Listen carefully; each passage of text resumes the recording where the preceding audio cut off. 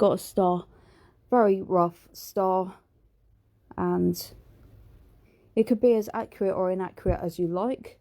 Even if you start with just a general shape or rough shape, you can use pencil as a guide to start with, and you can start from one particular detail, like say from here or anywhere, and you can evolve it. You can add to it, you can extend from it, you can have it bloom into all kinds of weird and wonderful shapes. It could go anywhere, and it can continue for as long as you want it to go on for.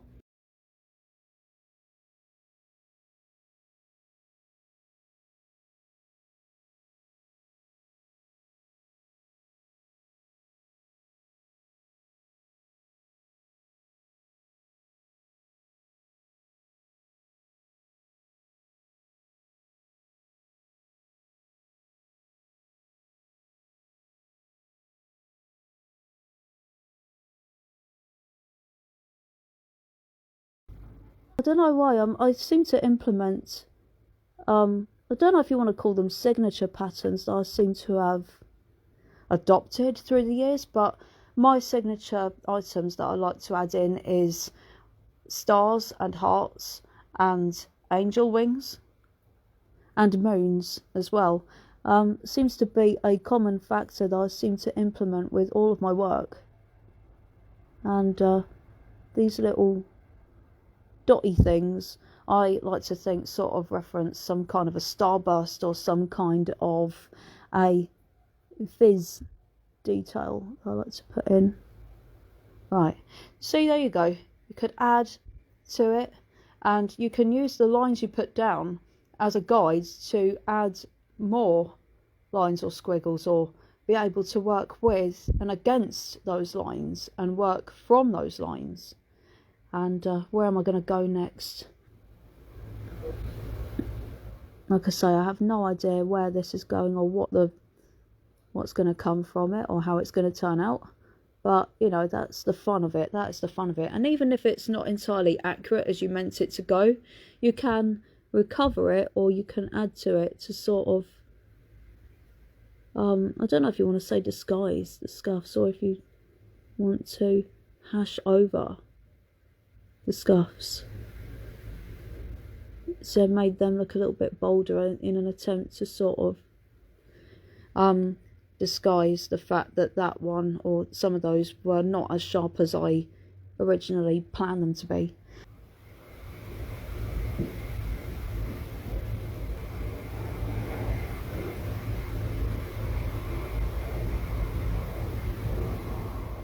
Of course, I'm going to add a little rainbow in here. Yeah, there we go. It's a little bit wobbly, the rainbow, but you know, it's just here doodling. You can add to the line, sort of hide it, but that's turned out a bit more thicker than I would have liked, but hey ho, never mind.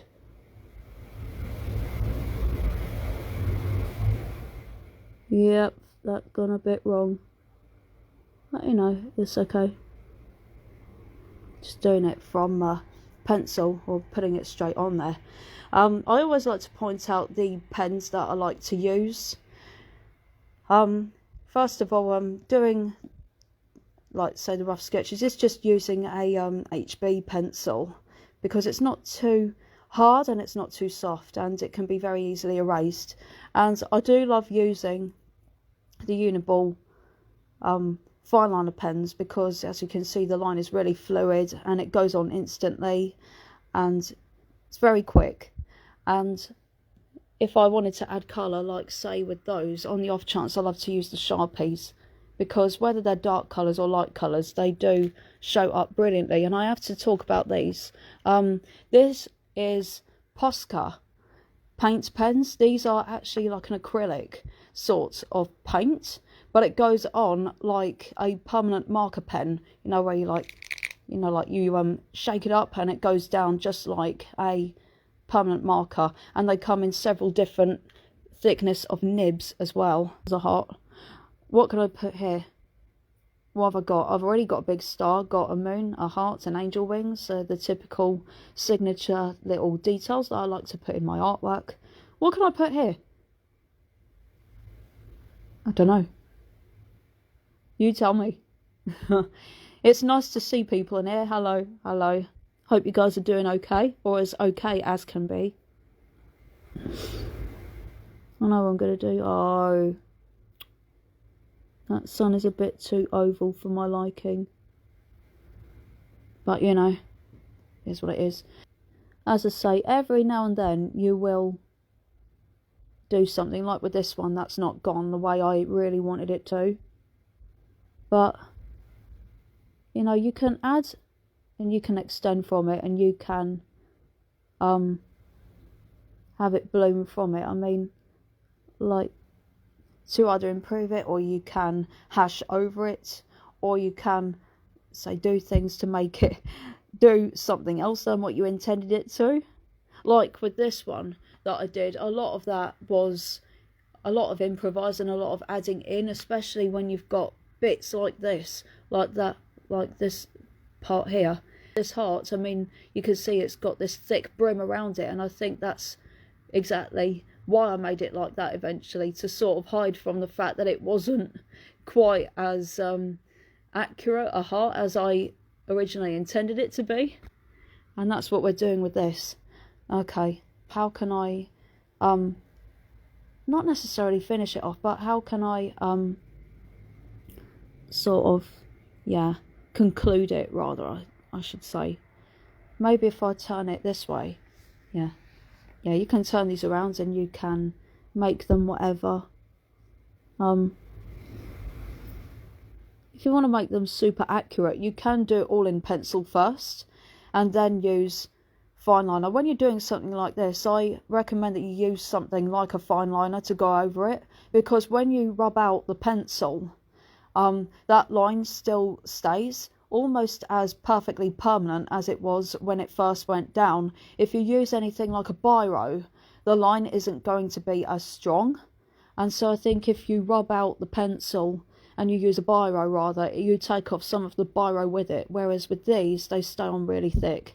And if you get something like this done and then take the pencil off, it's best to add things like the Posca pens and the permanent markers after that, because, yeah, you've got rid of the pencil before you put anything else thicker down. Don't know what the hell this is going to be. Like, similar to these here.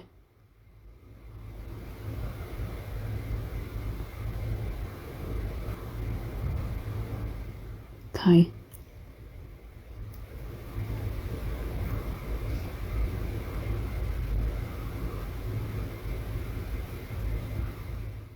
Are they carrots or are they ice cream? No idea. And one idea I have for these is that I would love to make some of these doodles I've made available as a colouring book,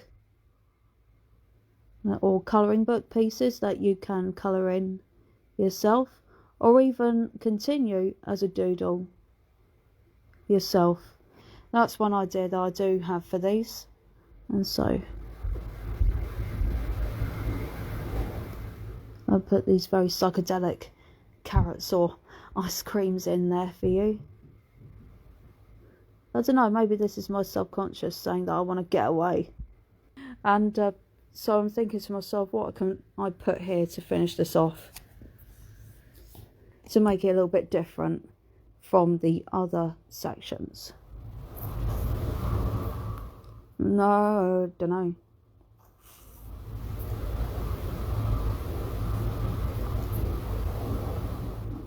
If you want to work with symmetry, a guinea pig. Oh, guinea pig. Where am I gonna put the guinea pig in? Sorry. Sorry, I was just concentrating then.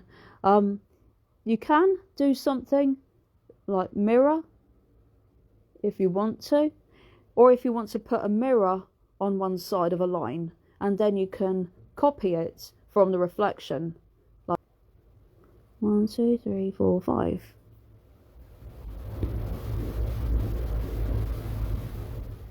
Yeah. Now that one's not turned out as I would have liked, but there you go. You see that? I've annoyed myself now because I've got this black section here that I've added in.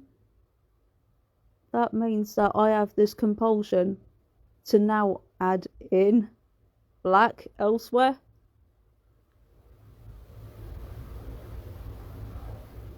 That's the thing, I do seem to have developed these weirdo compulsions of mine at times. Okay, that feels a little bit bare around there. You say you want a guinea pig, but I don't know where to put the guinea pig. I'm not even sure how to have the guinea pig look, from the side or...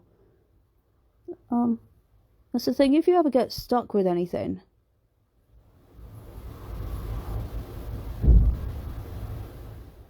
you could always put it in pencil first. I don't like that guinea pig though. I've lost my eraser. I usually have it, but don't know where it is. It's rolled off. Because I'm sitting in the bed. I like sitting in the bed when I do these, because I just like to be somewhere where I feel I can be comfortable as I talk to you. But we'll leave that there for now. I don't know what to put there. Probably put one of my little starburst things too. Keep that there. Or there. Trying to figure out where to put this guinea pig. Oh, there's my rubber. It's a tiny bit there. That's where it was. Okay, gonna finish this off in a little bit, but there you go. That is, I don't know what the hell this is, but as I say, that's the whole fun of it, is that you never know how these are gonna turn out.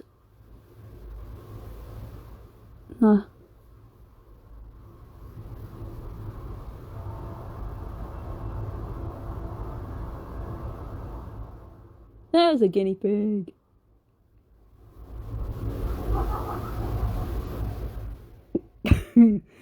I don't know what he's doing.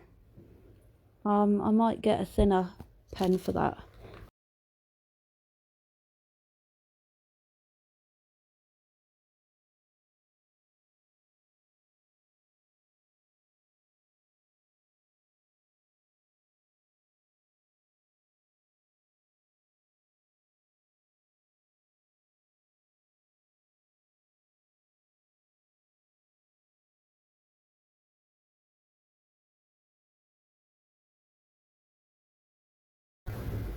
Just concentrating there.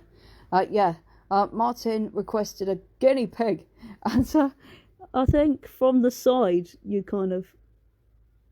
I think guinea pigs look more like guinea pigs in drawings when you have them from the side. I think he looks like that, but as I say, when we do these, we're not worrying too much about, does this look like an accurate guinea pig, or does this look like a rain cloud, does this look like accurate angel wings, or does this look like a sun? We are just going with the flow. And do you know what? I'm gonna add to this because that's annoying me.